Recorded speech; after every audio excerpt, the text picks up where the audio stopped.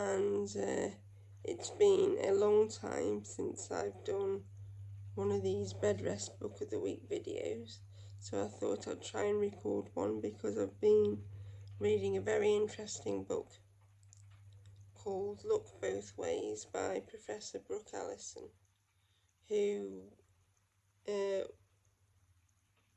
works at Stony Brook University. And some of you will be familiar with the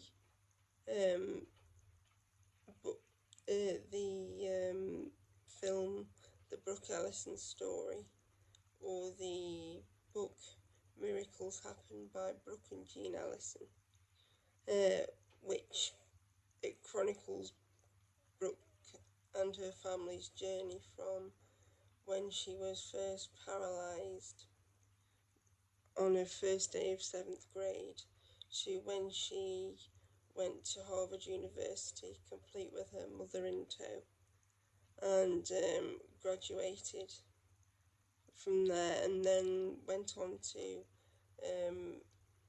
do a master's at the Kennedy School of Government. And for a long time I only had the first book, Miracles Happen, which I'm a big fan of, and I used to read every year at the start of every school year. So when I found out that there was going to be this book, a second book, I was quite excited, to say the least. And I think the best way I could describe the book is sort of, it isn't just a book about disability, because I've included the prologue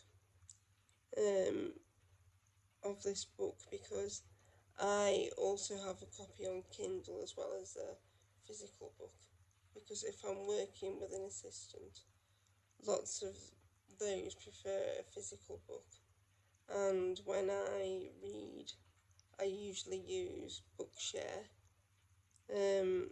which is an American-based service, but you can get worldwide if you have a print disability, or anything that impedes the reading of print, whether that be a specific learning disability, a sight loss, or anything that that would be covered under their auspices.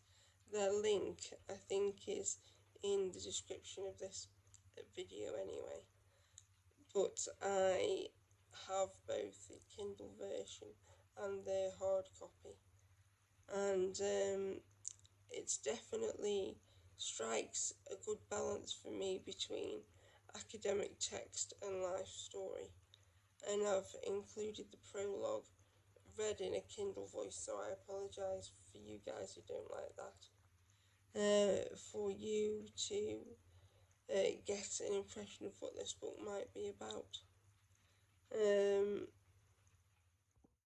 Prologue. When I first conceived of this book, a veritable part two of other things I have written or had been written about me, I was of a mind that it would decidedly not be a book about disability. There are valuable understandings that have come to sit at the very foundation of my identity that I felt are of equal value to anyone. The thoughts I have to share are relevant to a much broader audience than what might be found in the fraction of the population likely to open a book that references disability. In many ways, I feel that same conviction now, to this day, even as I write this very paragraph. Bookstore shelves and Amazon search results offer an immense number of biographical and autobiographical texts that are designed to shed some light on the personal transformations people undergo after having experienced a disabling accident or life-changing medical diagnosis. In fact, I am included in this very list of authors whose basis for writing rested solely on the occurrence and aftermath of a paralyzing condition, often contextualized in terms of inspiration or role modelhood. Some of you may not know that Kindle does offer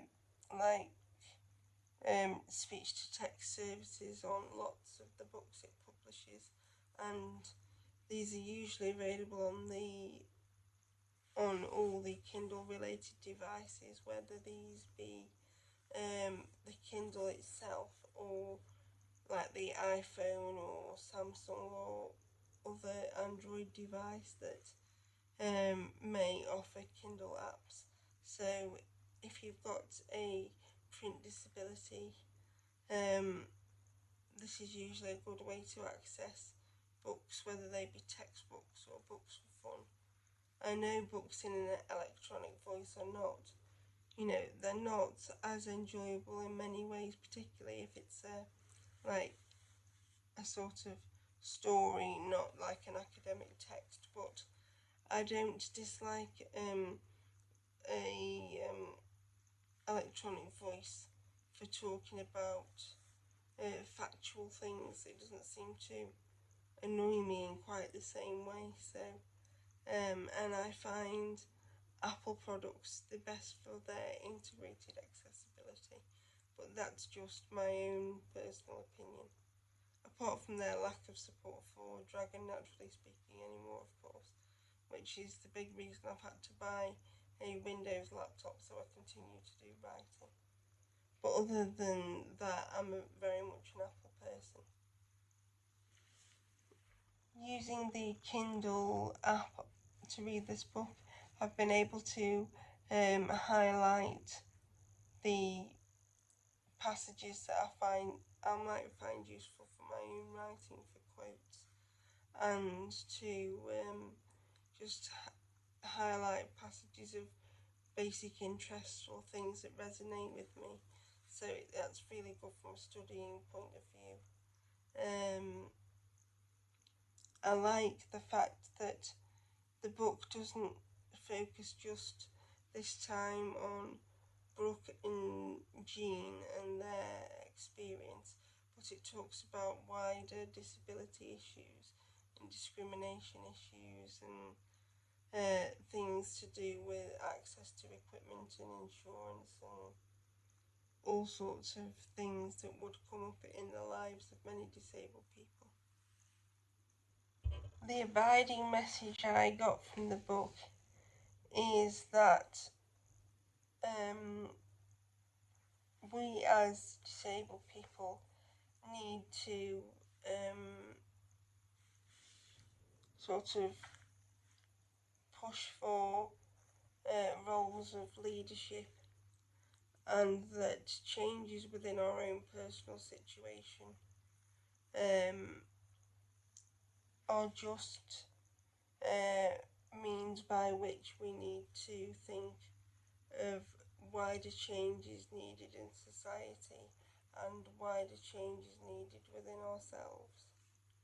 So I started reading this book when I was in the hospital myself, and I think it will be one I'll read again and again, and I definitely think it's well worth giving the book a go. I would imagine if you live in the USA, it will probably be available in your library. It might even be available on your Bookshare accounts over there, because I know the Bookshare accounts in different countries give access to different books because of the different copyright legislation. And I know here it's available as part of a Kindle Unlimited subscription in the UK. So if any of the UK readers want to give it a go and they have that Kindle Unlimited, I would highly recommend reading this book. I shall say goodbye now, and I will see you in my next